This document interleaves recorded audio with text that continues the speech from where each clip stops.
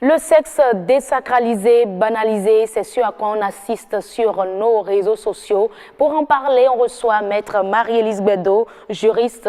Vous la voyez déjà à travers les images. Maître, merci d'être avec nous. Bonsoir. Merci, merci. La Saint-Valentin, ça s'est bien passé? Oui, au calme. Au calme. Oui. Est-ce à cause de l'âge que c'est au calme? Parce qu'au niveau de la jeunesse, c'était bien bouillant, hein? Mais oui, mais c'est que la jeunesse s'accapare de quelque chose qui ne lui appartient pas.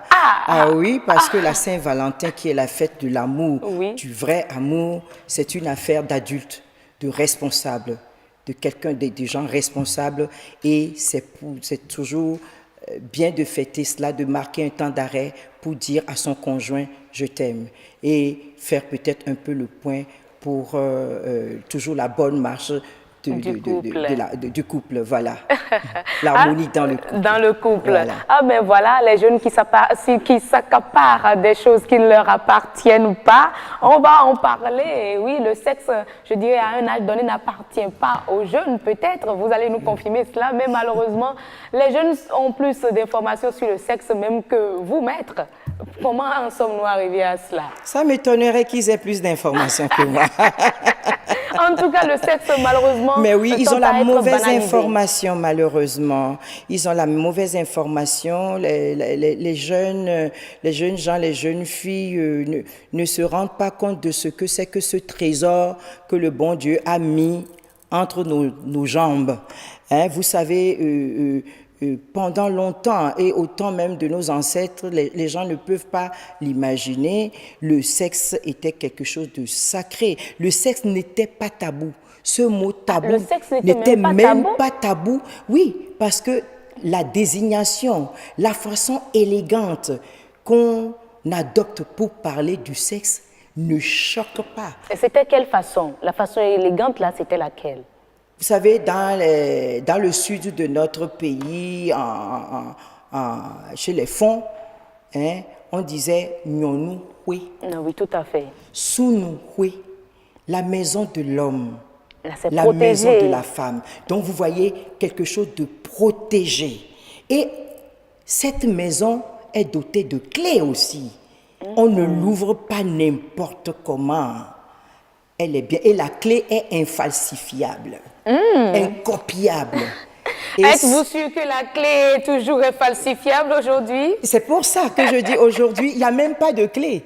C'est que aujourd'hui, il n'y a même plus de clé. Sinon, on ne va pas nous parler de Bangala ni de Pétou sur les réseaux sociaux. Et encore, c'est qui? C'est de jeunes adolescents qui sont à l'université. Ce n'est pas normal qu'on les laisse continuer comme ça. Alors, on vient sur les réseaux sociaux, on se met nu, on montre ses seins, on montre ses fesses. Non, c'est sacré tout ça. Parce que ces jeunes seront demain papa et maman. Ils deviendront en principe, ils ont l'obligation de devenir des hommes et des femmes responsables. Et c'est pour ça que je disais que la Saint-Valentin, c'est un problème de couple d'abord, d'hommes et de femmes adultes responsables. Pour les enfants qui, très tôt, se sont accaparés cette Saint-Valentin, nous avons l'obligation de leur dire non. Écoliers, élèves, non. Mais nous sommes prêts à les accompagner, à leur donner la vraie information parce qu'aujourd'hui, le monde va vite. Comme le monde va vite, avec ce que nous avons comme réseaux sociaux, tout va vite et les enfants vont chercher les informations sur des sites pornographiques et croient que le sexe c'est quelque chose de banal qu'on peut faire à tout va et c'est-à-dire comme je dis souvent, ils font de la fornication. Le sexe, ce n'est pas fornication. Le sexe, c'est amour, c'est respect, c'est consentement. Ce n'est pas viol non plus parce que les jeunes filles vous diront à la Saint-Valentin, hein, dans les écoles, hein, et les jeunes gens réclament le sexe et elles donnent. Mais à 11 ans déjà, vous savez qu'à 11 ans, mais nous, ce n'est pas possible. Qui pouvait faire des rapports sexuels à 11 ans? Qui l'eût cru? Moi, parfois, je dis, même à 9 ans, nous avons... On a eu des enfants, voilà. Des mères à 9 ans. À 9 ans. Mais c'est grave. Et cette fille de 9 ans, qu'est-ce qu'elle comprend? Elle ne savait même pas qu'elle était enceinte, qu'on découvre, et elle fait son enfant, mais elle est là tout bleue. Donc c'est pour dire que nous avons une grosse responsabilité. Responsabilité gouvernementale, étatique, responsabilité des parents d'abord. Moi, je dis, il n'est pas question d'exonérer les parents parce que ce sont les premiers éducateurs de leurs enfants. Mais aujourd'hui, les parents ne passent plus assez de temps à la maison. Ils ont intérêt à passer. Est-ce qu'il faudrait changer aujourd'hui? C'est à eux de changer. C'est à eux de changer leur programme. C'est à eux de mieux s'organiser. Même lorsqu'on a travaillé toute la journée, qu'on revient à la maison, qu'on s'enquiert un peu de ce qui s'est passé. Parce qu'il faut aussi communiquer avec nos enfants aujourd'hui pour pouvoir leur donner une certaine confiance à vous parler le plus naturellement de tout. Mais si vous ne les mettez pas en confiance, vous ne leur montrez pas qu'ils ont de l'importance pour vous et que vous les aimez. Parce qu'il faut aussi apprendre à dire aux enfants, tu sais que maman t'aime, hein, tu sais que papa t'aime, hein, tu sais que ça là, on ne le fait pas. Hein. Mais quand l'enfant veut commettre la bêtise, il se dit, si je le fais, maman ne m'aimera plus, papa ne m'aimera plus. Mais c'est vous qui allez mettre cette dose-là dans les veines de vos enfants. Donc, consacrez du temps, les samedis, les dimanches. Trouver du temps. Moi, je suis contre ceux qui disent qu'on n'a pas le temps. Non, pourquoi dans ces conditions, ne mettons pas les enfants au monde. Au monde, ça c'est vrai. On les met au monde. Et en plus, c'est que nous oublions que c'est pour eux que nous sortons. Oui, tout à fait. C'est pour eux que nous allons chercher l'argent. Alors, nous aurons l'argent et nous aurons des enfants délinquants.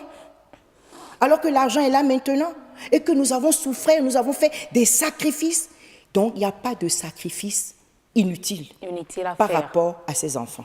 Mais lorsque, si je peux me permettre de le dire, oui. Vous avez eu à mener des communications. Le sexe ne doit pas être un tabou, le sexe ne doit pas être un tabou. Mais est-ce que ce n'est pas cela qui nous induit dans tout ça?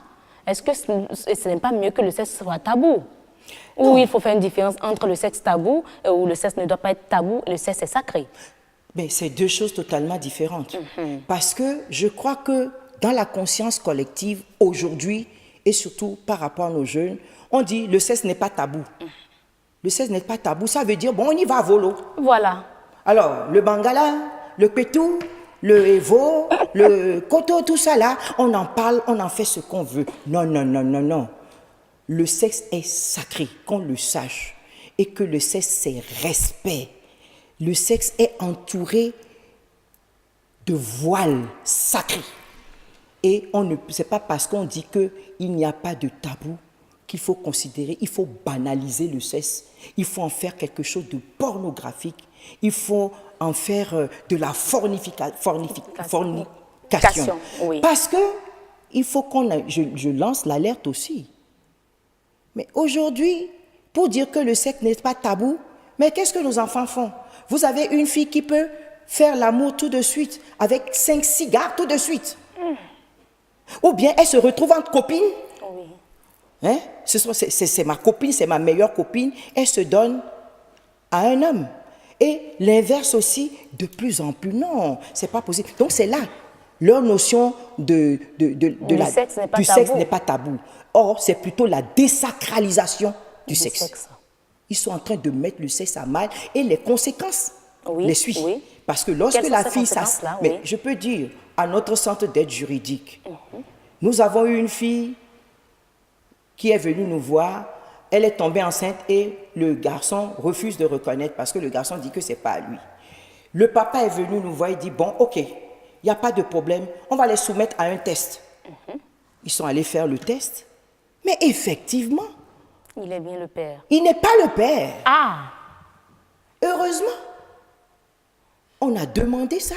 Il n'était pas le père, alors qu'elle disait mordicus que le jeune homme était le père. Nous l'avons vécu, nous avons eu ça dans notre centre d'aide juridique à Bomé-Calavi.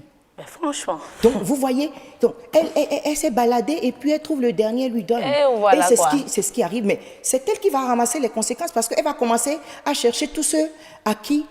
Alors, au nom de la non-banalisation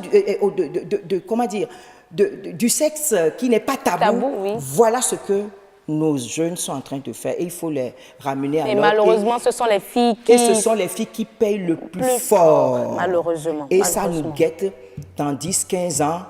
Or, on a le gouvernement grâce à nos combats, s'est assigné la tâche que toutes les filles iront à l'école. Voilà, on les envoie à l'école. Ils sont là, les actes, Et on parle également, du il faut que Bangana je et signale tout. aussi quelque chose aux parents.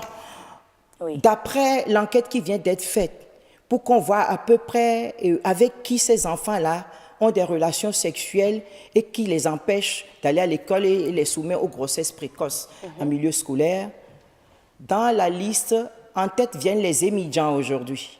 Ah, Ben oui, les émigrants. quel rôle Ensuite, jouent-ils? les artisans, je vais vous le dire. Les émigrants, les artisans, les apprenants et les professeurs en quatrième position. Aujourd'hui, dans les statistiques qui viennent d'être réalisées. Mais les émigrants, Les pourquoi? émigrants, qu'est-ce que nous faisons aujourd'hui? Les parents confient leurs filles Ah oui, à ça, c'est des vrai. émigrants pour les amener à l'école. Ça, c'est vrai. Attention parents, montez sur les émigrants avec votre enfant. Montez sur les émigrants ou bien vous prenez 2 émigrants qui se suivent et déposez vos filles à l'école et allez les chercher. Parce que lorsque la familiarité se fait, puisque Oui. vous savez que de plus en plus les parents font un abonnement avec des émigrants qui Bien viennent sûr. chercher les enfants Bien sûr. à la maison et vont les chercher à l'école. La familiarité lien se qui se crée tisse, voilà. et ils commencent à nous faire des petits cadeaux, des petits bonbons, des petits Coca-Cola et par là, ils arrivent à avoir nos Franchement, filles. mais Mais avec oui, tout il faut ça, faire très attention. Est-ce qu'on peut retourner quand même la situation, retrouver cette société À condition- d'entre-temps avec une jeunesse un peu plus consciente? À condition de parler aux enfants. Il faut qu'on cesse dialogue avec toujours. l'hypocrisie. On n'a pas besoin d'être hypocrite avec le sexe, surtout vis-à-vis de ses enfants. On a l'obligation, nous, d'être les premiers éducateurs avant de les envoyer à l'école. Lorsque l'enfant est bien éduqué à la maison, il est bien aguerri, il est bien averti des conséquences néfastes des actes sexuels. Mais lorsque ça se présente, la petite, elle sait déjà, le garçon sait déjà que maman a dit, papa a dit, voilà, il faut faire n'est attention. plus une Il faut découverte leur pour parler lui. et les enfants vont communiquer avec les parents et poser des questions qui auront leur vraie réponse appropriée. Ce qui fait que lorsque les enfants vont dehors et qu'on leur donne un message, ils peuvent venir revoir les parents pour dire, mais maman, tu m'as dit que c'est comme ça, mais mes camarades ont dit que Voilà. c'est plutôt le contraire. La maman va rassurer son enfant et lui dire, fais attention. Ah ben, il faut également dire, hein, ce Ah ben dialogue-là oui. que vous souhaitez qu'on Obligé. instaure entre enfants et parents, parfois les enfants nous posent certaines questions face auxquelles nous-mêmes on reste hébétés. Vous ne pouvez pas. Comment peut-on rester hébété? Non, vous devez puiser dans vos ressources, dans votre expérience pour trouver les mots qu'il faut. Ne pas mentir surtout. Il ne faut pas mentir. Il ne faut pas déformer la réalité, dire la vérité, mais en des mots adaptés Adapté. à l'âge de l'enfant. l'enfant. C'est D'accord. très important. Il faut qu'on sauve nos enfants. Sinon, si nous baissons les bras, Oui. nous n'aurons que les larmes pour pleurer demain. Parce que c'est pour eux que nous travaillons. C'est pour eux que nous rêvons. Nous rêvons grand. Moi, je dis, nos enfants doivent être plus que nous. Parce que demain, ce sont les enfants qui doivent pouvoir dire, mais maman, comment tu fais ça? C'est plutôt comme ça qu'on le fait. Les enfants vont apprendre à leurs parents. Donc, à partir de ce moment, nous avons l'obligation. Ah, mais qu'est-ce que la loi prévoit? Lorsqu'on parle de la dépravation des mœurs, tout ce qui se passe sur ces réseaux sociaux-là, est-ce que quelque part la loi a prévu quelque chose? Ne serait-ce que par rapport au code pénal, Oui. le code pénal punit le manque de respect à l'ordre public et aux bonnes mœurs. Lorsqu'on porte atteinte aux bonnes mœurs surtout et que... Quel que soit le canal utilisé. Quel que soit le canal utilisé, il suffit que la police des mœurs, la brigade des mœurs, Oui. le parquet en ait connaissance et doit frapper fort pour que d'autres ne suivent pas l'exemple. Vous voyez l'histoire du Bangala. Oui, oui. Non, moi je pense que c'était une bonne chose. C'était une bonne chose. Et la réaction des parents de ces filles-là, Non, où eux, on personne ne punit leur a en demandé direct. de venir nous montrer comment ils vont punir leurs enfants. Et je leur conseille de ne plus jamais faire un truc comme ça. Vous voulez punir vos enfants, punissez-les à la maison. Le linge sale se lave en famille. En famille. Alors, vous reprochez à votre fille d'utiliser les smartphones pour venir montrer leur corps, leur parler de n'importe quoi. Et vous-même, maintenant, vous utilisez le même canal. Alors, où se trouve l'éducation à donner à l'enfant? On n'avait pas besoin de nous montrer comment on va punir un enfant qui dérape sur les réseaux sociaux. On n'en a pas besoin. Ah, mais est-ce que ce n'est pas en fonction de nos traditions et tout? Parce qu'on se demande, les droits de l'homme, c'est universel. Mais est-ce que vous, qui concevez ces droits et tout, est-ce que vous tenez compte de nos réalités déjà au Bénin? Est-ce que ce sont des droits qui sont conformes à nos réalités ici? Mais vous voyez comment maltraiter son enfant pour dire qu'on lui fait la morale?